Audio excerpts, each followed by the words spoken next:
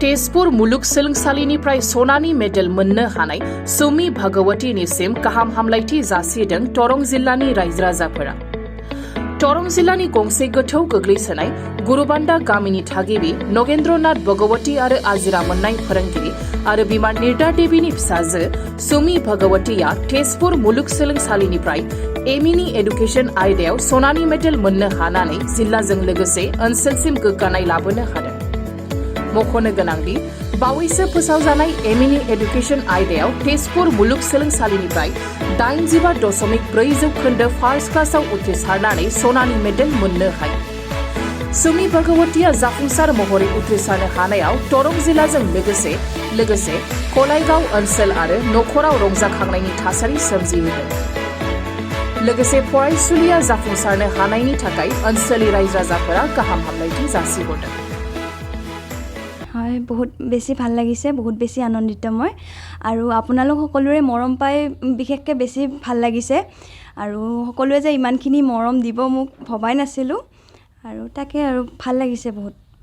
প্ৰথমে তেজপুৰ ইউনিভাৰ্চিটিৰ যিটো বিদ্যালয় বা ভাইচ চেঞ্চেলাৰ আছে তেখেতসকলক বা তোমাৰ যিটো হেৰি ছাবজেক্ট এডুকেশ্যনত যিটো সাফল্য লাভ কৰিছা এই ক্ষেত্ৰত কি ক'বা?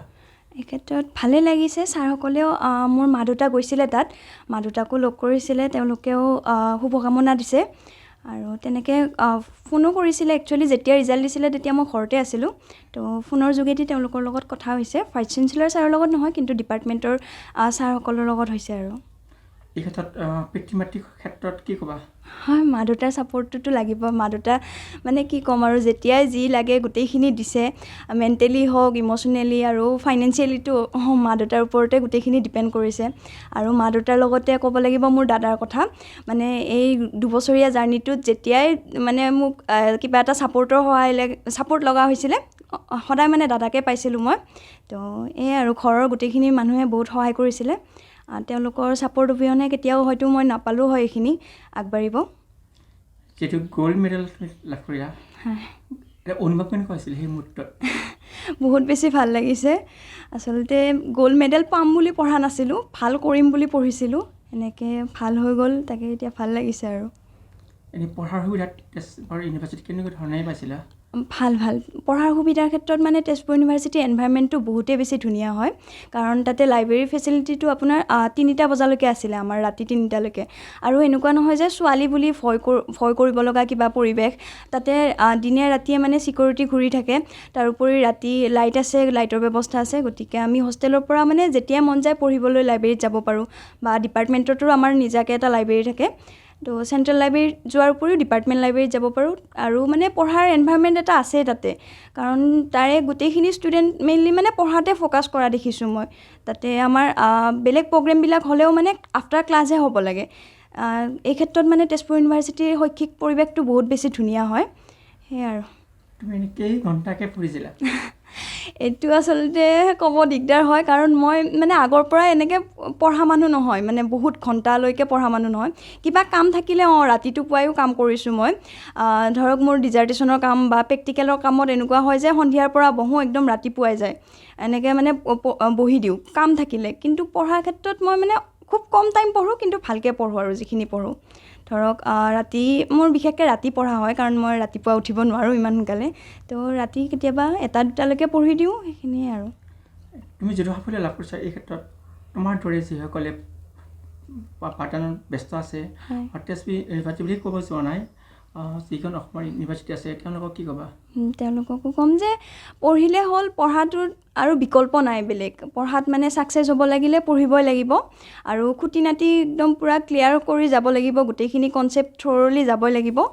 আৰু কিবা প্ৰব্লেম হ'লে টিচাৰৰ সদায় হেল্প ল'ব লাগিব। মোৰ মানে এইটো আছিলে যে মই টিচাৰখিনিৰ লগত বহুত বেছি ভাল আছিলোঁ। তেওঁলোকক মানে কেতিয়াও এনেকুৱা হয় ন, কিছুমানৰ ভয় লাগে তেওঁলোকক সুধিব।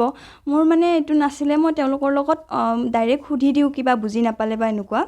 তো সেয়ে আৰু বাকী ভালকৈ পঢ়িব লাগিব, নিজৰ শ্ৰমটো লাগিব। আৰু বেলেগে ধৰক বাহিৰৰ পৰা মটিভেশ্যনে দিব পাৰিব, কিন্তু ছেল্ফ মটিভেটেড হ'লেহে আচলতে ভালকৈ নিজৰ এটা ইচ্ছামতে ৰিজাল্ট কৰিব পৰা যায়। তোমাৰ অনাগত দিনবোৰত মানে আৰু কি ভাবিছা যে আৰু মই পঢ়াৰ কিন্তু অন্তৰে শেষ নাই, তোমাৰ ভৱিষ্যতৰ লক্ষ্য এটা এম আছে, কিন্তু কি হ'ব?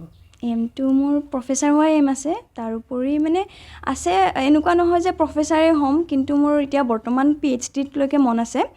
আৰু মই তাতে এণ্ট্ৰেঞ্চো দিছিলোঁ, PhD এণ্ট্ৰেঞ্চত পাৰিলোঁ বাৰু, কিন্তু BEdতো পাইছোঁ। এতিয়া চাওঁ তাকে কি হয়। এই আপুনি মাতৃ হিচাপে কি ক'ব, যিহেতু মাতৃৰ কাৰণে এজনী কন্যা সন্তান বা এজনী ছোৱালীজনী ভৱিষ্যত মানৱ সম্পদ হিচাপে গঢ় লৈ উঠিব পাৰে, একমাত্ৰ মাতৃ চেষ্টাত মাতৃৰ প্ৰথম গুৰু যিহেতু কি ক'ব? মই মাতৃ হিচাপে মোৰ ছোৱালীজনীৰ ক্ষেত্ৰত মই বহুত গৌৰৱান্বিত। মই তেজপুৰলৈ যোৱা নাই, কিন্তু ফোনেৰে যেতিয়াই তেতিয়াই কৈ আছোঁ। মাজতে আমি কেতিয়াবা যাওঁ, কিন্তু সদায় ফোনো কৰি নাথাকোঁ। তাইক সময়মতে আমি ফোন কৰোঁ, মানে উৎসাহ দিওঁ, বোলে এনেকৈ পঢ়া এনেকৈ পঢ়া। মই মাক হিচাপে মানে মোৰ দায়িত্বখিনি পালন কৰিছোঁ এজনী সাফল্য ছোৱালী হোৱা। যিহেতু তাই গ'ল্ড মেডেল পালে, অসমৰ কাৰণে গৌৰৱ, আমাৰ দৰং জিলাৰ কাৰণে গৌৰৱ, কলাগাঁও নিচিনা পিছপৰা ঠাইখনৰ কাৰণে গৌৰৱ। আপুনি কি অনুভৱ প্ৰকাশ কৰিব? মোৰ নিজৰ গৌৰৱ নহয়, আমাৰ গোটেই অঞ্চলবাসীৰে গৌৰৱ। ভাল লাগিছে। আৰু আগুৱাই যাওক, ভৱিষ্যতে ভাল এজনী মানে তাই প্ৰফেচাৰ হোৱাৰ ইচ্ছা, যাতে সেইটো হয়, মোৰ সেইখিনি কামনা থাকিল। আৰু তাইৰ কাৰণে কেনেকুৱা ধৰণৰ কষ্ট স্বীকাৰ কৰিছিলে? তাই বহুত কষ্ট কৰিছে। তাই যেতিয়া মেট্ৰিক পৰীক্ষা আছিল, মানে তাই নিজে টোপনি যায়। তাইক মই ৰখি থাকি মই মানে কওঁ আৰু উঠা বুলি, তেনেকৈ পঢ়াইছোঁ। বাকী আৰু তাই নিজৰ চেষ্টাত পাৰিছে, মোৰ হেৰি কাৰণে নহয়। ঠিকে আছে বাৰু এইবিলাক। কি ক'ব আপুনি পিতৃ হিচাপে? হয়, আপোনাৰ ছোৱালীয়ে এটা গৌৰৱ কৰি আনিছে সমগ্ৰ অসমত বুলি ক'ব লাগিব এতিয়া। আপোনাৰ অনুভৱটো কেনেকৈ ক'ব? ছোৱালীৰ এই ৰিজাল্টত আমি পূৰা সাফল্য অনুভৱ কৰিছোঁ, বা আমাৰ পৰিয়ালৰ ফালৰ পৰা গৌৰৱ অনুভৱ কৰিছোঁ। ছোৱালীৰ এটা কথাতে মোৰ ভাল লাগে, যিটো সততা নিষ্ঠা, সেইটো আমাৰ ঘৰখনৰ পৰাই এই সততাটো শিকিছে। তাইৰ অকণো ইফাল সিফাল নাই যিকোনো কথাতে, বা মই আগবাঢ়ি যাওঁ যিকোনো হেৰিত, সেইটো নহয়। যেতিয়া চিৰিয়েলত পৰে, হস্পিটেলত গ'লে হওক বা কিবা পঢ়াত গ'লে হওক, বা যেতিয়া নিজৰ ভাগ পৰে তেতিয়াহে আগবাঢ়িব বিচাৰে। মানে এখোজ যে আনক পিছ পেলাই মই আগবাঢ়ি যাওঁ, সেইটো নহয়। সৎভাৱে যাওঁতে যিখিনি হয় সেইখিনিয়ে বুলি ভাবে। আৰু শেষৰ ফালে যিমান কষ্ট কৰিলে, কটনত থাকোঁতেও বহুতখিনি কষ্ট কৰিছিলে, সেই কষ্টৰ ফলটো অৱশ্যে পাইছে। আৰু তাৰপিছত তেজপুৰ ইউনিভাৰ্চিটিত যেতিয়া ছিট পালে, তেতিয়া আমি ভাবিছিলোঁ এই তাতে নোৱাৰিব নেকি, বা প্ৰথম আমি যেতিয়া কটনত এডমিশ্যন লৈছিল, এছামিছ মিডিয়ামৰ পৰা গৈ ইংলিছ মিডিয়ামত, তেতিয়া আমাৰ অলপ সন্দেহ হৈছিল। পিছে নাই, বৰ ধুনীয়াকৈ এই ইংলিছ মিডিয়ামতে গোটেইখিনি কভাৰ কৰিব পাৰিলে। তাৰপিছত ইউনিভাৰ্চিটিৰ এই 2 বছৰত গোটেইখিনি ফ্লুৱেঞ্চিও আহি গৈছে, বা কোনো অসুবিধা নোহোৱাকৈ। এতিয়া আমি ভবা নাছিলোঁ যে ফাৰ্ষ্ট ক্লাছ ফাৰ্ষ্ট যে হ'ব, গ'ল্ড মেডেলিষ্ট হ'ব, সেইটো আমিও অলপ ভবা নাছিলোঁ। তথাপিও এই ইমানে কষ্ট কৰিছে, কেতিয়াবা যদি আমি ৰাতি 3 বজাতো ফোন কৰোঁ, শুন দে বুলি কয়, মানে তেতিয়াও পঢ়িয়ে থাকে, ইমান কষ্ট। আৰু কেতিয়াবা দেখিছোঁ, তাইৰ ভিডিঅ'বিলাকত দেখিছোঁ যে ৰাতিপুৱাই যায়, খিৰিকীৰে পোহৰ হৈ যায়, তেতিয়াহে শুৱে, বা ইমানখিনি কষ্ট কৰিছে।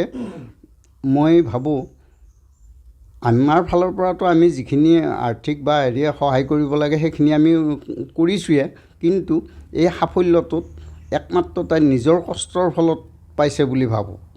আমি পিতৃ মাতৃ হিচাপে আমাৰ ফালৰ পৰা আমি যিখিনি কৰিবলগীয়া আছে আমি কৰিছোঁ, কিন্তু এই সাফল্যটোত একমাত্ৰ তাই নিজৰ কষ্টৰ ফলত পাইছে বুলি আমি অনুভৱ কৰিছোঁ।